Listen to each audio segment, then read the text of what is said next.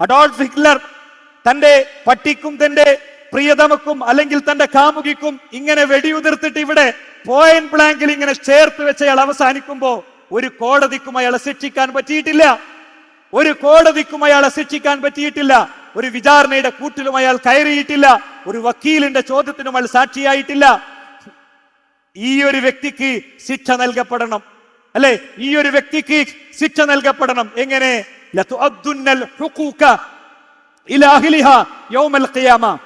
അന്ത്യദിനത്തിൽ എല്ലാ നിലക്കുമുള്ള നീതി നിർവഹിക്കപ്പെടും.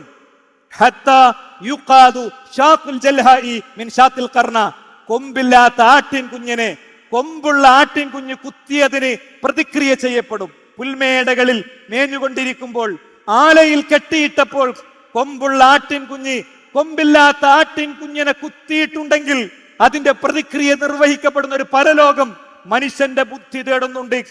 ഭക്ഷണം ദിവസങ്ങളായി കിട്ടാഞ്ഞിട്ട് ആകാശത്തെവിടെയോ പ്രത്യക്ഷപ്പെട്ട ഒരു ബലൂണിൽ ഇങ്ങനെ താഴേക്ക് വരുന്ന ഭക്ഷണത്തിന് വേണ്ടി ക്യൂ നിൽക്കുന്ന കുഞ്ഞുങ്ങളെ വെടിയുതിർക്കുന്ന ഇവിടുത്തെ ഇസ്രായേൽ സൈന്യത്തിന്റെ നടപടികൾക്ക് ഭൂമിയിൽ ആർക്ക് ശിക്ഷ വാങ്ങിക്കൊടുക്കാൻ പറ്റും?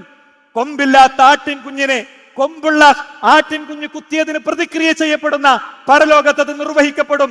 അമ്മിഞ്ഞയ്ക്ക് വേണ്ടി ആർത്ത് കരയുന്ന കുഞ്ഞിനെ മാറിടത്തിലേക്ക് ചേർത്ത് വെച്ച് മുലപ്പാല് കൊടുക്കുമ്പോൾ പാല് കിട്ടാതെ കരയുന്ന ഉമ്മയുടെ വേദനയ്ക്ക് ലോകത്താർക്ക് ഉത്തരം നൽകാൻ കഴിയും?